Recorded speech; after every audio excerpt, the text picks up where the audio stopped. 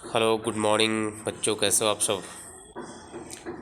चलिए आज मैं आपका फिजिक्स का कुछ इम्पोर्टेंट क्वेश्चंस जो 3 नंबर या 2 नंबर वाले में आते हैं, अब तो 3 नंबर का क्वेश्चन आता नहीं है, तो पहली से लेकर 8वीं तक के चैप्टर का एक शॉर्ट रिवीजन हम लोग करते हैं और जो मुख्य मुख्य क्वेश्चन है उस पर ध्यान देते हैं, बिल्कुल हिंदी भाषा में और एकदम आपकी भाषा में। इसको आप अपने नोट्स में नोट कर लीजिएगा, यानी रिवीजन कॉपी में, और इसको लिखिएगा पूरा। इतना लिखेंगे आपका पूरा फिजिक्स रिवाइज हो जाएगा।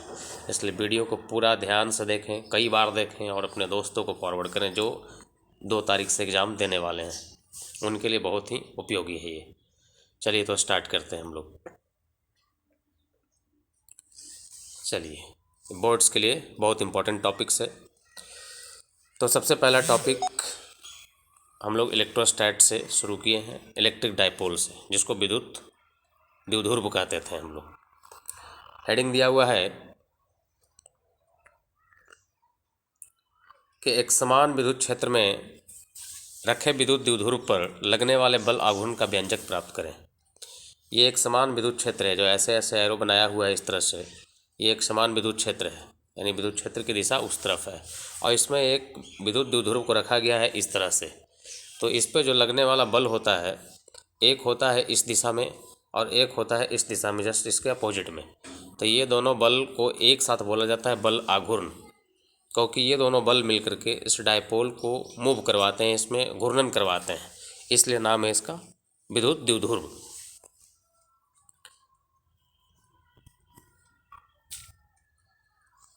चलिए तो टॉपिक देखते हैं कैसे निकलता है। तो एक विद्युत क्षेत्र बना देना है, ऐसे एरो खींचा हुआ है जैसे, और उसमें एक डायपोल रख देना है जैसा कि आपको दिख रहा है, और जो लैंग्वेज लिखा हुआ है वो लिख देना है। तो सबसे पहले टॉर्क का फार्मूला। तो टॉर्क का फार्मूला क्या होता है, विद्युत द्विध्रुव पर लगने वाला बल आघूर्ण का फार्मूला।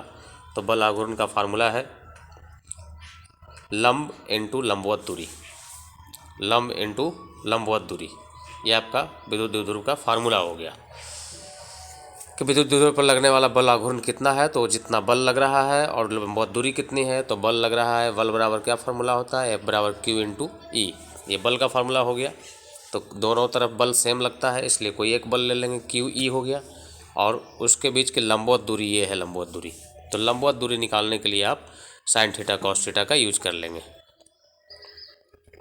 कैसे यूज करेंगे, तो देखिए बगल में लिखा हुआ त्रिभुज ए बी सी में sine theta equal to B C by A B, और जब हम इसको क्रॉस मल्टीप्लाई करेंगे तो B C equal to A B sine theta हो जाएगा। और ये ए बी जो है डायपोल का लेंथ है, जो कि 12 होता है, इसलिए 12 साइन थीटा हो गया बी सी का वैल्यू, और यही बी सी लंबवत दूरी है। तो फोर्स इंटू बी सी यानी Q E into 12 sine theta. तो क्यू इंटू 12 एक जगह कर देंगे और ई साइन थीटा को एक जगह कर देंगे। तो क्यू इंटू 12 को हम लोग बोलते हैं द्विध्रुव आघूर्ण का मोमेंटम, या मोमेंट कहिए, जिसको डाइपोल मोमेंट बोलते थे। तो ये इसके जगह पे हम लोग पी लिख देंगे, क्योंकि पी का फार्मूला होता था क्यू इंटू 12 डाइपोल मोमेंट। तो क्यू इंटू 12 को पी लिख दिया और इंटू ई साइन थीटा, तो P E sine theta torque का फार्मूला निकल गया। बस इतना रिवीजन करेंगे, आपका 2 मार्क्स फिट हो गया। हो सकता है लॉन्ग में भी पूछ दे 5 मार्क्स में, तो 5 मार्क्स में भी आप इसको बना सकते हैं। तो चलिए इसी तरह से आगे बढ़ते हैं हम लोग। दूसरा टॉपिक है एक समान विद्युत क्षेत्र में विद्युत द्विध्रुव को घुमाने में किए गए कार्य का सूत्र स्थापित करें। कि जैसे हमने डाइपोल को रखा है उसमें, तो उसको जो घुमाता है टॉर्क, यानी जो एक बल इधर लगता है और एक बल इधर की तरफ लगता है, तो ये दोनों मिलकर इसको घुमाने लगते हैं, तो ये इस तरह से नाचने लगता है गोल गोल, ठीक है, तो घूमने लगता है। तो कितना कार्य किया एक समान विद्युत क्षेत्र इस डाइपोल पे, उस कार्य का सूत्र निकालना है आपको कि उसका वर्क का वैल्यू कितना होगा। कैसे निकालेंगे, तो सबसे पहले तो टॉर्क का फार्मूला अभी निकालें, पी साइन थीटा। अब निकालेंगे द्विध्रुव के द्वारा डी थीटा एंगल। मान लीजिए कि छोटा सा एंगल एक डी थीटा है, उतना एंगल विस्थापित करने में यानी घुमाने में कितना कार्य करना पड़ेगा। तो कार्य का फार्मूला होता है बल इंटू विस्थापन। तो बल यही हो गया टॉर्क, तो टॉर्क इंटू डी थीटा, क्योंकि डी थीटा से विस्थापन हुआ है, और टॉर्क का फार्मूला रख दिया D P sine theta into D theta. अब आपको चाहिए कि कुल कार्य कितना करना पड़ा घुमाने में, तो कुल कार्य निकालने के लिए कि मान लीजिए θ1 एंगल से θ2 एंगल तक घुमाया गया है, तो θ1 एंगल से θ2 एंगल तक हम इसको इंटीग्रेट कर देंगे, तो दोनों तरफ इंटीग्रेशन कर देंगे, यानी W इक्वल टू जो आया P sin θ, तो इधर भी इंटीग्रेशन और इधर भी इंटीग्रेशन, तो dW का इंटीग्रेशन हो जाएगा W, जैसा कि यहाँ पे दिख रहा होगा आपको, और P sin θ का इंटीग्रेशन इधर है, तो P sin θ को कैसे इंटीग्रेट करेंगे आप,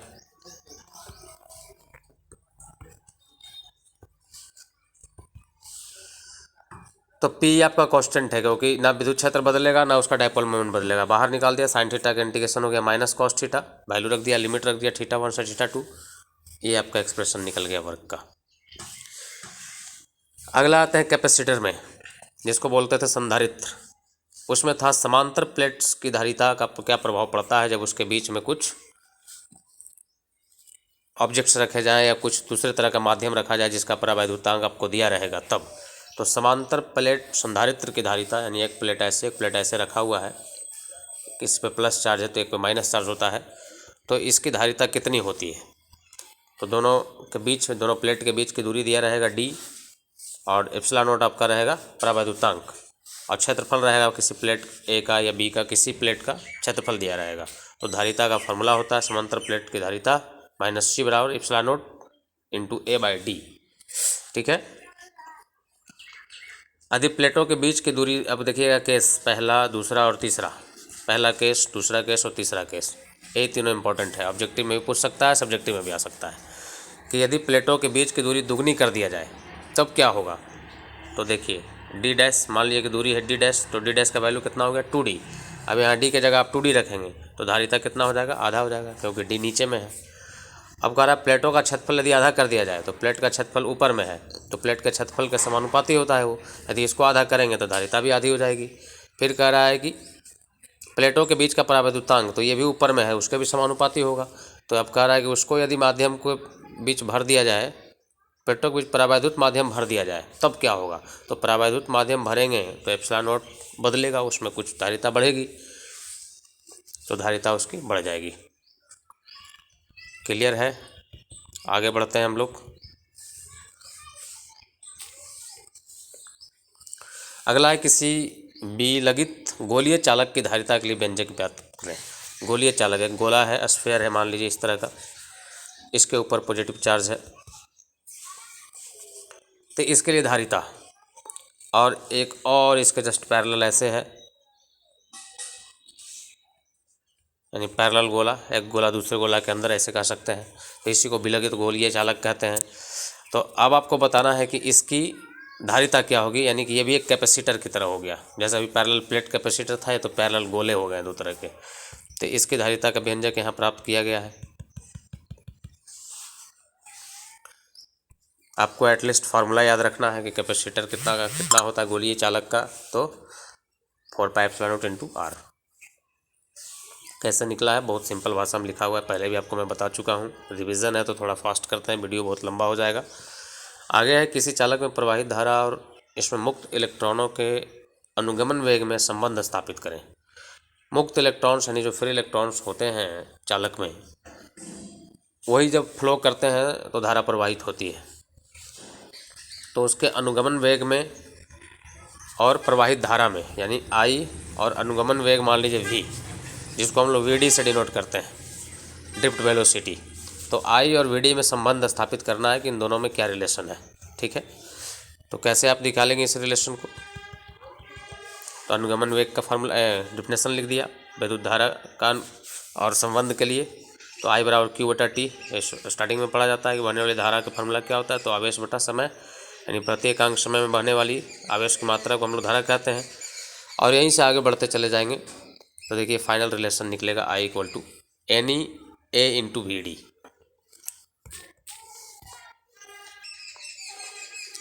चलिए अगला है बायो-सैवर्ट का नियम। बायो-सैवर्ट लॉ, ये बहुत इंपॉर्टेंट क्वेश्चन है, ये आता रहता है एग्जाम में हमेशा, तो इसको आप थोड़ा ध्यान से पढ़ लीजिए। डिफिनेशन भी लिखा हुआ है कि बायो-सैवर्ट जो वैज्ञानिक थे, किसी धारावाही चालक के कारण उत्पन्न चुंबकीय क्षेत्र के संबंध में एक नियम प्रस्तुत किया है। जैसे ये देखिए धारावाही चालक यहाँ पे दिया हुआ है इस तरह से, तो इसके द्वारा कितना चुंबकीय क्षेत्र होगा इस P बिंदु पे, यहाँ जो P पॉइंट दिया हुआ है यानी R डिस्टेंस पे और थीटा एंगल के साथ, तो वहाँ पे P पॉइंट पे कितना विद्युत चुंबकीय क्षेत्र होगा, उसी चुंबकीय क्षेत्र का मान निकालने के लिए बायो-सवार्ट ने एक नियम दिया है। तो पहले नियम्स को इनके पढ़ लेना है।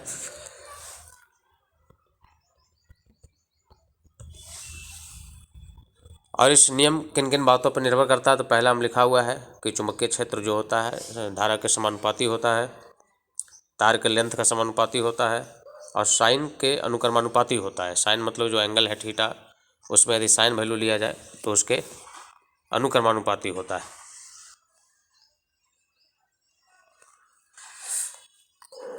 और दूरी, ये जो डिस्टेंस है r, इसके स्क्वायर के व्युत्क्रमानुपाती होता है। और इन सबको जब एक साथ कंबाइन करेंगे तो डी वी समानुपाती मिलेगा I D L sine theta by R square. और जब समानुपाती टर्म हटाएंगे तो एक कांस्टेंट से मल्टीप्लाई होगा और कांस्टेंट आएगा के, उसी के का वैल्यू है म्यू नॉट बटा 4 पाई। यही आपका चुंबकीय क्षेत्र का फार्मूला हो गया, याद भी रखिएगा, ऑब्जेक्टिव में पूछा जाएगा। उसके बाद है फैराडे के विद्युत चुंबकीय प्रेरण के संबंधी नियम को समझाइए।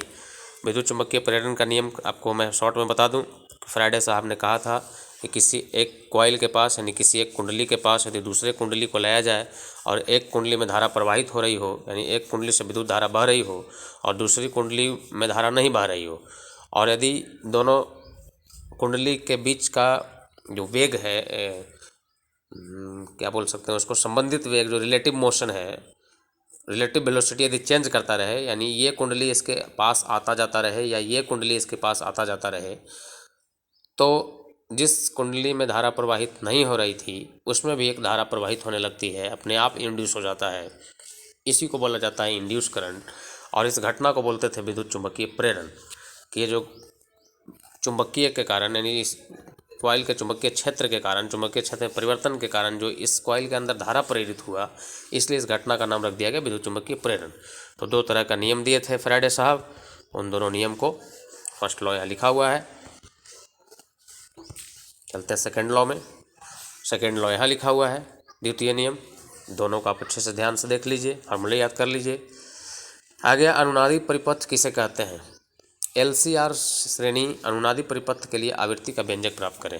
ये एसी सर्किट में पढ़ना था, अल्टरनेट करंट में। शायद इस टॉपिक को हम लोग नहीं पढ़े हैं, तो आप इसको ध्यान से देख लीजिएगा, बहुत आसान है। LCR सर्किट में आवृत्ति के लिए, फ्रीक्वेंसी के लिए व्यंजक कैसे प्राप्त करते हैं, तो F = 1/2 pi root under LC आता है। नेक्स्ट टॉपिक है विद्युत चुंबकीय तरंगों के गुण। अब जैसे आप पढ़ते थे मैग्नेटिक तरंग जो निकलता था या विद्युत फ्लक्स निकलता था, तो उन सबका गुण क्या होता है। तो सबसे पहला गुण ये है, विद्युत चुंबकीय तरंगे त्वरित आवेश द्वारा उत्पन्न होती है। दूसरा, इन तरंगों की प्रकृति अनुप्रस्थ होती है। दो तरह के तरंग होते हैं, अनुप्रस्थ और अनुदैर्ध्य। तो यह अनुप्रस्थ प्रवृत्ति की होती है। इन तरंगों के संचरण के लिए किसी माध्यम की आवश्यकता नहीं होती है। और विद्युत चुंबकीय तरंगों में ऊर्जा विद्युत और चुंबकीय क्षेत्र में लगभग बराबर रहती है। यानी विद्युत चुंबकीय तरंगों में जो ऊर्जा होती है, विद्युत और चुंबकीय क्षेत्र दोनों क्षेत्र में लगभग बराबर होता है, कोई माध्यम की जरूरत नहीं पड़ती है। इसीलिए सूरज का प्रकाश सूरज से चलकर धरती तक आ जाता है, क्योंकि वो भी एक विद्युत चुंबकीय तरंग है। चलिए, तो आज का ये मुख्य टॉपिक रहा है। इस वीडियो में इतना ही। फिर अगले वीडियो में हम एक नया टॉपिक या कुछ नए क्वेश्चंस लेकर के आऊँगा फिज़िक्स के रिवीजन के लिए। आप बने रहिए, लगातार हमसे जुड़े रहिए। 2 तारीख तक आपका फिज़िक्स का पूरा रिवीजन करवा दूंगा, मैथ का पूरा रिवीजन करवा दूंगा। धन्यवाद।